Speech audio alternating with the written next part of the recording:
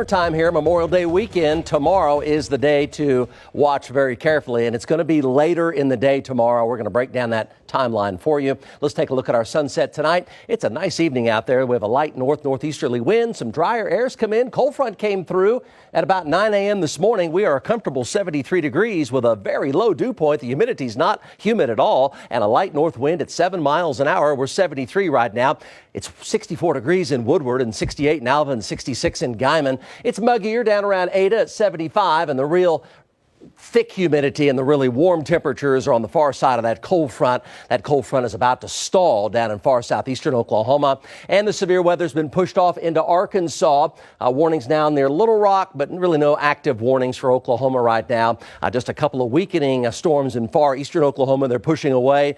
So it's a quiet night tonight. Skies are clear. It will be a beautiful start to your Saturday morning, and midday, noontime, not a problem tomorrow, and even early mid-afternoon tomorrow, not a problem. But about 2 to 3 p.m. tomorrow, you'll notice a big surge of mugginess and heat come into Oklahoma City. That'll be that front coming back as a warm front, and that'll start setting the stage for this late day event tomorrow into tomorrow evening. Here are the storms over in eastern Oklahoma near Tahlequah and Tenkiller and Stillwell, and down towards Sallisaw and Robert S. Kerr Lake. Some storms there.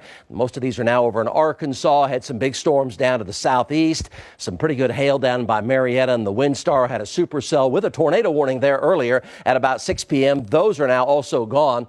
The jet stream storm is coming in from the west, and these are higher velocity jet stream winds, especially for this time of year. And this will be arriving later in the day coming up tomorrow. So I don't think we have a problem at all any place in Oklahoma through at least about 5 p.m. or so. But then things will very quickly change after that 5 p.m. hour. So there's a large moderate risk right now. Similar setups to this have gone even to a high risk. We have had high risk already this spring, and this looks to be a pretty rare event for Oklahoma coming up tomorrow. Again, later in the day, generally west to central to east, and the storms will be moving fairly quickly. 4.75-inch diameter hail, 90-mile-per-hour straight-line winds, and tornadoes appear likely in these supercells. Some could be large, strong, and maybe even violent. So this is really quite a day to stay heads up.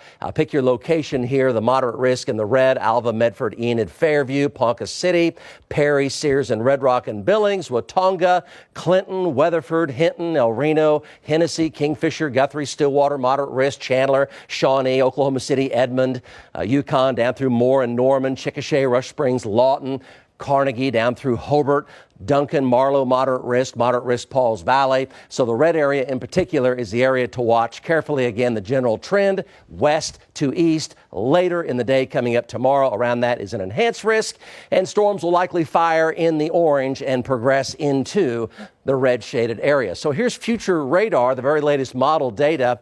And things really change very quickly between 6 and 7 p.m. And it should be near and west of the Highway 81 corridor. That's Enid, El Reno, Chickasha, west of that, and then progress across the Highway 81 corridor, and then the Metro, the I-35 corridor, Ponca City, Guthrie, Oklahoma City, Moore, Norman, Pauls Valley, Ardmore in the 7 to 10 p.m. time frame.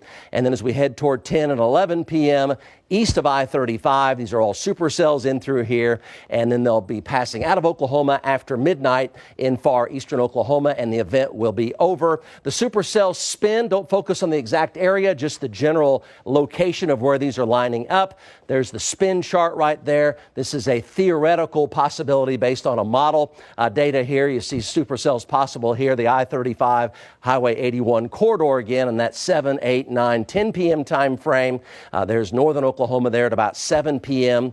See supercells in this area here, and they'll travel to the east. Spin will increase as the moisture and humidity increases later in the evening. The jet stream storm arrives. So for some folks, this is going to be even near and after dark, especially I-35 eastward. So it's going to be an later evening event east of I-35. So review your safety plan. If you're going camping this weekend, make sure you know a safe place to go, as these will be potentially high-end storms coming up. 60 for a low tonight, even a few upper 50s in the northwest side of the the metro, some mid-50s in northwest Oklahoma for lows tonight, so a pleasant start. And midday, not a problem. Then a big muggy surge arrives between 2 and 3 p.m., becoming really oppressive and hot. And by very late in the day into the evening, it's a moderate and a high opportunity of supercells and storms, low to moderate to high, and upper 80s to upper 90s tomorrow for daytime highs. We'll keep you forewarned. We'll have a whole bunch of storm trackers out, the chopper as well. 60 tonight, pleasant in the morning, mostly sunny, and then a big muggy surge at about 2 to 3 p.m., a high of 90 and windy.